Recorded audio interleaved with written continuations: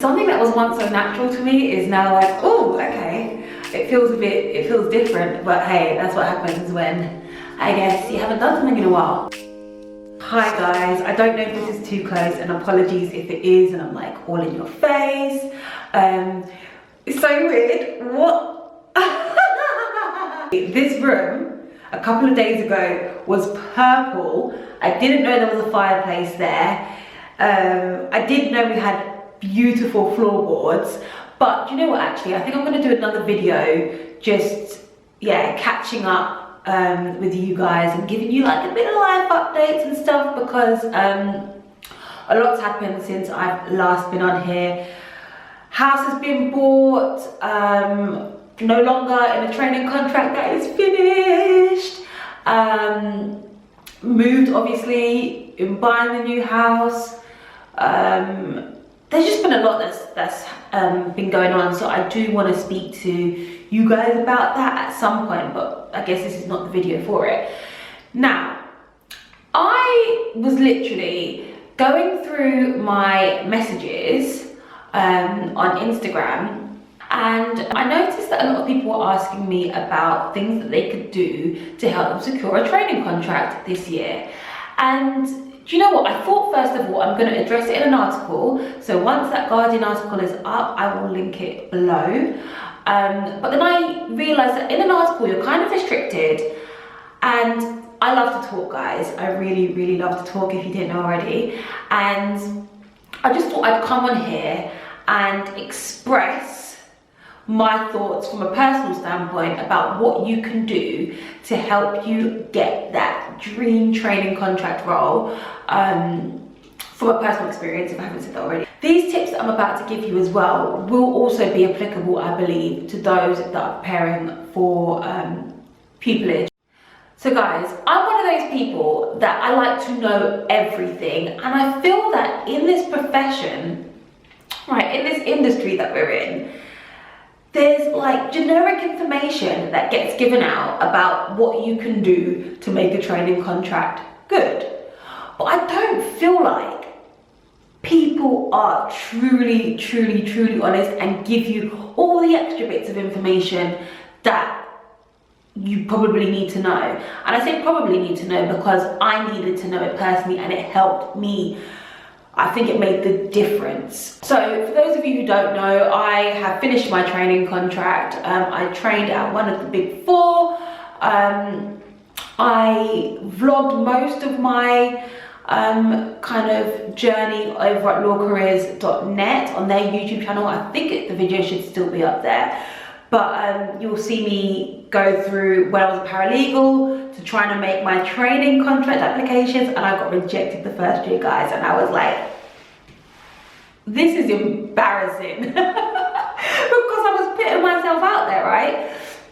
And I thought, if this happens for another year, I've just got to lock off and come off YouTube. But thankfully, I got my training contract the next year. I actually received 3 offers, and I believe that there were certain things that I did before the cycle even opened, which helped me get those interviews and ultimately receive those offers. So we got on top, it's gonna be real, and yeah, let's go. The first thing that I would say is that organization is key. For those of you that don't know, I believe it's changed slightly since I was doing it, but not too different from 2 years ago. Okay, so typically your firms will open up, there's the application cycles in September. It usually runs till about June. Now I say that, but please note that there are some exceptions. There are firms that I know that are now opening in October and closing in December. So you really just have to kind of be careful and check those deadlines. What I did is I went on Microsoft Excel and I basically created a short list of firms that I wanted to apply for. If there's anything you take away from this, just please be intentional about the firms that you are applying to. So I can't remember how many firms or how many applications I made, I'm not gonna lie to you and be like one of those people where I'm like, okay, I only did 3 applications. I didn't. I did quite a lot. I didn't use a scattergun approach. It wasn't more than 20, but I'm just trying to think of, I can't remember, and it will just take a while for me to go back and look now on my laptop for the Excel spreadsheet. But what I did is I had an Excel spreadsheet and I put a list down. Let's say for argument's sake, I put 20 firms down that I knew that I wanted to apply to and that I had reasonable chances of getting called for interview. By the way, I didn't let my grades stop me. So there were firms that I applied to and received training contract offers from that wanted 3 A's. I didn't have 3 A's at A level. I had 3 B's. I didn't have 3 A's. I didn't let that stop me. But we'll get into that later, or maybe possibly in another video. So I've got my list now of 20 firms I wanted to apply for. The top 5, for instance, were the ones that I really wanted to train for. So I listed those at the top. I put those in green. The next 5 or 6 would be amber, which meant that if I've got enough time to apply for these before the deadlines, then I'll apply. And then the rest were maybe purple or something like that, and that was like, okay, just get those applications in if you've been good and stuck to all of your deadlines and you've got a lot of time. So once you've got the list of your names down, that's the first column. The second column is then to look at the deadlines. So put the deadline date in that second column. Then put down when you're going to have researched the firm by. So you would have already done like prior research in terms of this is the firm that I really want to go to, but you're going to have to research it again and again and again. So put a date down for that. Then put a date down in the next column for when you're going to have your first draft by and your second draft by and when you're going to send it off by. And you are going to stick to that like your life depends on it. I do not care if you have to like forego your social life. You should kind of be doing that anyways, to be totally honest with you, but you need to be really strict with that. Let me tell you something, applying for training contracts, right, is a whole nother job in itself. So never mind the fact that I was paralegaling at the time, I felt like I had another 9 to 5 on the weekends, and I felt like I had a nighttime shift. That was just how my life was, okay? Short-term sacrifices for long-term pleasures and all that, okay? But yeah, so that was the first thing that I did. Organisation is key, so please, I'm going to stress this again. If there's anything that you take away from this, it's to make sure that you are intentional about the firms that you are applying to. I am not saying only apply to 2 or 3 firms. I personally cannot recommend that because it didn't work for me. I had to put a few more applications in, but you know, the payoff was relatively good, okay? Okay, the next thing is that you should be networking with these firms. You should be spending your summer tweeting them, engaging with them, interacting with them. I do not care what anybody says. In this day and age, there is no excuse as to why you cannot be engaging with firms.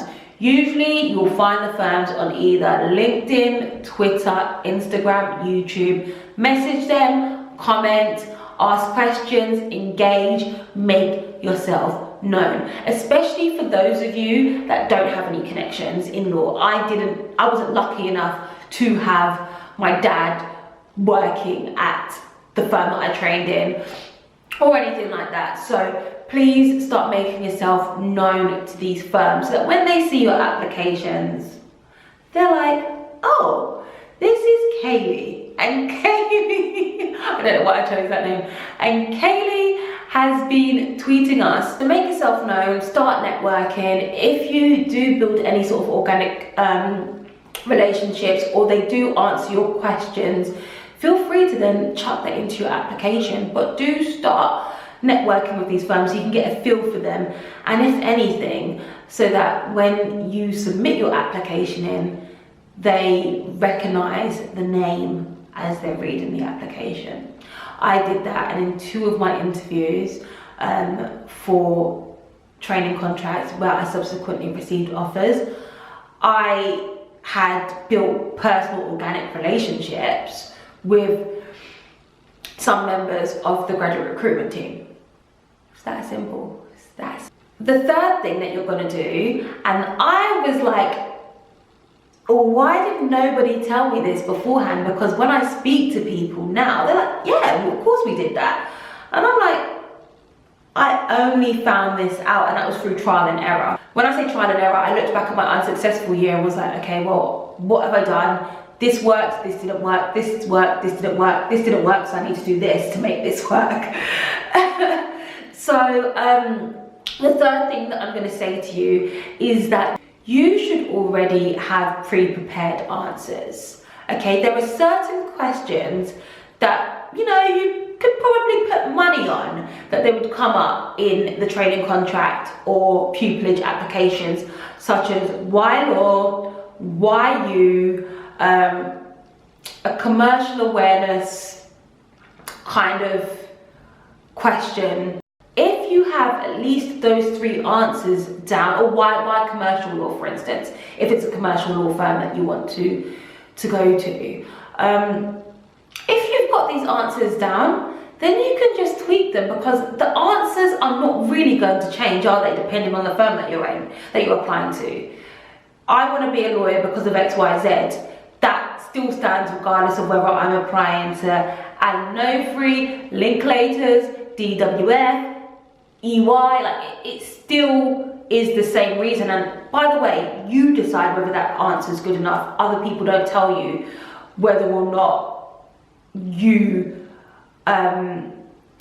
your reason for wanting to go into law or not is valid. Just don't say it's because of the money, okay? Because that won't work. But pre-prepare those answers. So I know we're a bit late now, we're just at the start of September, so application cycles are starting to open, but hopefully you all get training contracts this year. If you don't, next year in the summer, just dedicate a couple of days to really think about why you want to become a lawyer, why you want to work at certain firms, and pre-prepare those answers. Because if anything, if for instance they don't ask why this firm on the application form, if you get through to interview stage, they're probably going to ask you then. So you're only helping yourself in the long run, if that makes sense. Good. This next one is something that I'm quite passionate about, because it's something that took me ages to kind of find and realize, and that is what my USP is. You're going to need to know what your USPs are, what makes you stand out. And by the way, the problem that I always had is that I was asking people, I was like, oh, how do I make myself stand out? Only I can decide that. And I wasn't confident enough to really get real with myself about the sort of things that make me stand out. So the fact that I was making videos made me stand out, but because I was comparing myself all the time, I don't anymore, but say I wanted to apply to A&O, for example, I would go on LinkedIn and I would actually look at trainee solicitors who are already at LinkedIn, and then I'd see that they, for instance, were well versed in triathlons, and they climb mountains 6 times a year. I exaggerate. And I was like, oh my gosh, so I'm not good enough and I don't have those USPs. But I realized that I had to look deep down inside me. I had to really believe that I deserved to become a lawyer, and I had to be really truthful about why and what makes me stand out. And write it down on a piece of paper. It's uncomfortable sometimes to do these things, and I think we as women, we as young black women, it's quite hard. We're not used to bigging ourselves up, but you've got to really start doing that. So find out what your USPs are, write them down, because you are going to be constantly selling yourselves throughout the application. I always say that there's a time and a place to be humble, but it's not on your application form, babes. It's really not. So yeah, find out your USPs, don't be modest, and really go for it. This is your one chance to sell you, and to entice someone to invite you for an interview. What would you like to see from someone else? Do you have those qualities in yourself? And if you do, put them down, note them, because you don't want to get to the stage where they ask why you or what can you bring to this firm, and just sitting there for like 3 days being like, I don't know. So yeah, figure that out, the sooner the better. The fifth thing that I would say is that start researching your firms during the summer, because this is going to tie back to the first thing I said, which is to choose the firms and then make a short list of them in the Excel spreadsheet. In order to do that, you need to research, right? So make sure you research the firms, but change your mentality, okay? Earlier on in this video, I said that you're going to have to research the firm again and again and again. The first time when you're researching the firms, I want you to look at it and think, I know I'm good enough. Why should I be there? It's almost like they're advertising to you. They're advertising for people to apply. So you now need to look at the firm's website and be like, okay, is this somewhere that I can see myself training? Same goes for pupillage, by the way, as well. Is this somewhere where I can see myself training? Why? Is it good enough for me? Am I going to be comfortable here? Do they have the sort of environment that I want to train in? Do I want to go on secondments? Do I want a big cohort? Do I want a small cohort? Don't just go for it because of the names. Go for it because you truly believe that you will get the most out of training there. But change your mentality. So a lot of people look at the firms and they're like, oh, okay, I'm looking for the grades. Do I have 3As? I don't have 3As. They want 3As, so I kind of stop that right now. If you know you're good enough to become a lawyer, put that to the side for now. We'll deal with that in another video and how you overcome those hurdles later. But as like a kind of sneak peek into it, it's got something to do with your USPs. That will help you overcome this. Look at it from the viewpoint of, I know I'm going to be an amazing trainee, but why should I spend 2 or 3 days applying to your firm? Because that's time, that's investments, that's energy that you're going to be putting in. So make sure that it is worth it. Those are my tips. Those are things that really, really helped me. Please, if you are going to take them on board, please, again, know that they helped me. But I am almost willing to put money on it that if you follow those things, especially the organization is key, spending time on the application, submitting them when you're meant to, pre-preparing beforehand, all of these things I said, you're going to put yourself in a really, really, really good position when it comes to making those training contract applications. Well, guys, I hope that was helpful. If it is, let me know below. Let me know if there's anything else that you want to see from me. Interact with me, engage with me, guys, because I'm going to be doing a lot more of this now that I've kind of got a space to film in. And I'm just so happy to, have been able to make this video. But now I'm going to get back to actually writing the article that will accompany this. And I hope to speak to you guys very, very soon. Good luck with all of your applications. Bye.